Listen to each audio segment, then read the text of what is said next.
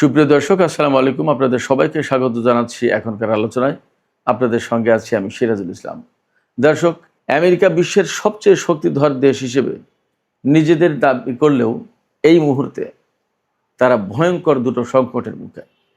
একটা সংকট হচ্ছে ওয়াশিংটনের স্পোকেইন কাউন্টিতে ভয়াবহ দাবানল, 700 বাড়ি অন্তত ধ্বংস হয়েছে আগুনে পুড়ে।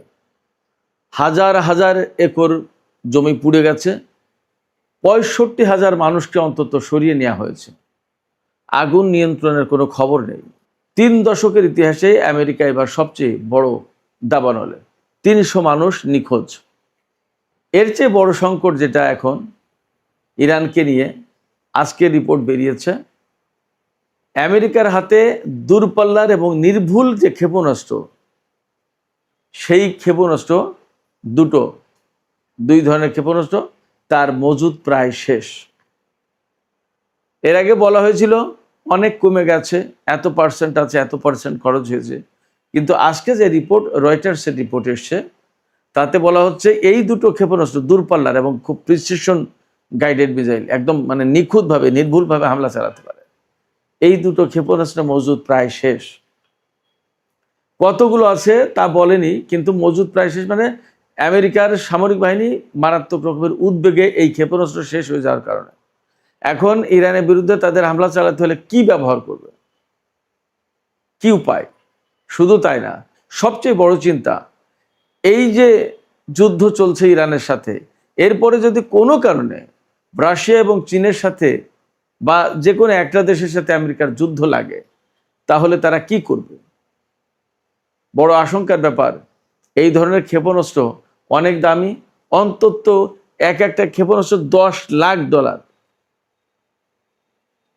2 দিনে, 4 দিনে, 1 মাসে একটা ক্ষেপণাস্ত্র বানানো সম্ভব হয় না, বহু সময় লাগে।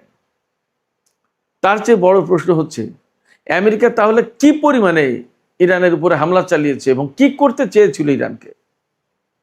মানে তার ভান্ডারে জমা সমস্ত সব ক্ষেপণাস্ত্র প্রায় শেষ করে ফেলেছে।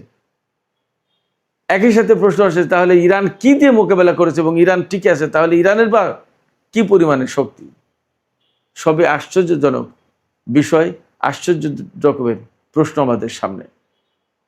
এদিকে আরামকোর যে সিও আমিন নাসের, তিনি বলেছেন ইতিহাসের সবচেয়ে বড় তেল সংকট সৃষ্টি করেছে এই হরমুজ প্রণালী। হরমুজ প্রণালী বন্ধের পরে ইতিহাসের সবচেয়ে বড় তেল সংকট সৃষ্টি হয়েছে। এই তেল সংকটে কত তেল আন্তর্জাতিক বাজারে ঘাটতির মুখে পড়েছে জানাবো আজকের ভিডিওতে, সেই কথা। সঙ্গেই থাকুন। সাথে আরেকটু কথা জানিয়ে রাখি, হুতিরা কিন্তু আজকেও সৌদি আরবের নাজরান বিমান ঘাঁটিতে হামলা চালিয়েছে ড্রোন দিয়ে। এপাশে মার্কিন প্রশাসনের পক্ষ থেকে বারবার দাবি করা হলেও, এবং আমি সর্বশেষ আল জাজিরাতেও খবর দেখলাম, বা আরও কোনো মিডিয়াতে খবর দেখলাম, অনেকগুলো মিডিয়া ঘাটলাম, তো অনেক জায়গায় বলা হচ্ছে যে অল্প আজকালকের ভেতরেই হয়তো আমেরিকা এবং ইরানের মধ্যে একটা চুক্তির রূপরেখা প্রণয়ন করা হবে, এবং কাতার নাকি এটার খসড়া প্রচার করেছে। বাট ইরান বলছে আমরা তো কিছুই জানি না। আসলে হচ্ছেটা কি? অনেকগুলো বিষয় আছে, মূল বিষয় এখানে দুটো: আমেরিকার দাবানল, 2 নম্বর হচ্ছে আমেরিকার ক্ষেপণাস্ত্রের ভান্ডার ফুরিয়ে আসার কথা। সুপ্রিয় দর্শক, এই বিষয়গুলো নিয়ে মোটামুটি বিস্তারিত আলোচনা করার চেষ্টা করব। আশা করি আপনারা সঙ্গে থাকবেন শেষ পর্যন্ত।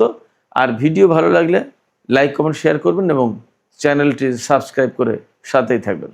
দর্শক, চলুন আমরা বিস্তারিত আলোচনা করি। প্রথমেই আমেরিকার ক্ষেপণাস্ত্রের বিষয়টা আমি বলি একটু, কারণ এই ব্যাপারে মানুষের সবচেয়ে বেশি আগ্রহ। আমেরিকার খুব গুরুত্বপূর্ণ দুটো ক্ষেপণাস্ত্র হচ্ছে army tactical missile system, ATACMS। এই আর্মি ট্যাকটিক্যাল মিসাইল সিস্টেম, আরেকটা হচ্ছে প্রিসিশন স্ট্রাইক মিসাইল।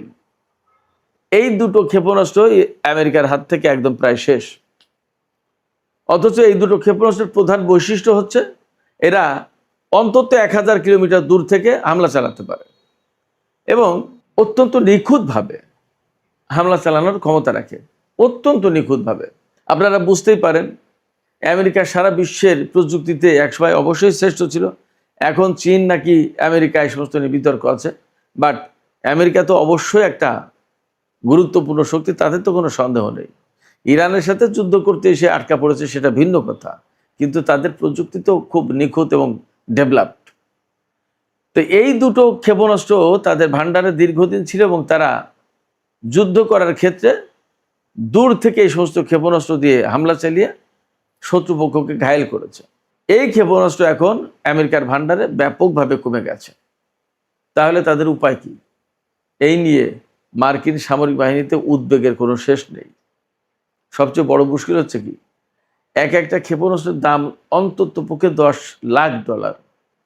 এই ক্ষেপণাস্ত্র যে হুট করে 2-4 দিনে, 10 দিনে, 1 মাসে বানানো যাবে ব্যাপারটা তা কিন্তু না, অনেক সময় লাগে। এবং চাইলেই যে 2-5-10টা বের করে এনে আপাতত ইরানের বিরুদ্ধে যুদ্ধ শুরু করলো এমনটা হবে না। এই যে ATACMS যেটা আর্মি ট্যাকটিক্যাল মিসাইল সিস্টেম, যেটা এটার চেয়েও আধুনিক প্রজন্মের ক্ষেপণাস্ত্র ব্যবস্থা হচ্ছে আপনার এই যে প্রিসিশন স্ট্রাইক মিসাইল যেটা, এটা। এবং এটা বলা হচ্ছে এটা অত্যাধুনিক এবং এটাই হবে আমেরিকার হামলা চালানোর ক্ষেত্রে প্রধান অস্ত্র আগামী কিছু বছরের ভেতরেই। সেই ক্ষেপণাস্ত্রের মজুদ যদি ইরানের সাথে যুদ্ধ করতে এসে ফুরিয়ে যায়, তাহলে আমেরিকার উপায় কি সামনে? এখানে বারবার একটা প্রশ্ন আসছে যে যদি রাশিয়া বা চীনের সাথে আমেরিকাকে যুদ্ধ করতে হয় তাহলে তারা কি করবে? এখানে আমি একটু প্রশ্ন করি যে প্রায় সময় যে প্রশ্ন আসে যে যদি রাশিয়া এবং চীনের সাথে যদি আমেরিকার যুদ্ধের প্রশ্ন আসে তাহলে কি করবে? এই প্রশ্ন আসে কেন? তাহলে কি ব্যাপারটা এইরকম যে এইরকম একটা আশঙ্কা আছে, বা ইরানের সাথে আমেরিকার যে যুদ্ধ হচ্ছে এর পরবর্তী ধাপের যুদ্ধ কি চীন এবং রাশিয়ার সাথে আমেরিকার হবে? ব্যাপারটা কি এইরকম? এবং তাহলে কি একটা বৃহত্তর পরিকল্পনার আওতায় এই যুদ্ধ হচ্ছে, যেখানে চীন, রাশিয়া, ইরান আমেরিকাকে আসলেই বিশ্ব মঞ্চ থেকে বিদায় দিতে চায়, বিশ্বের প্রধান শক্তি হিসেবে তাকে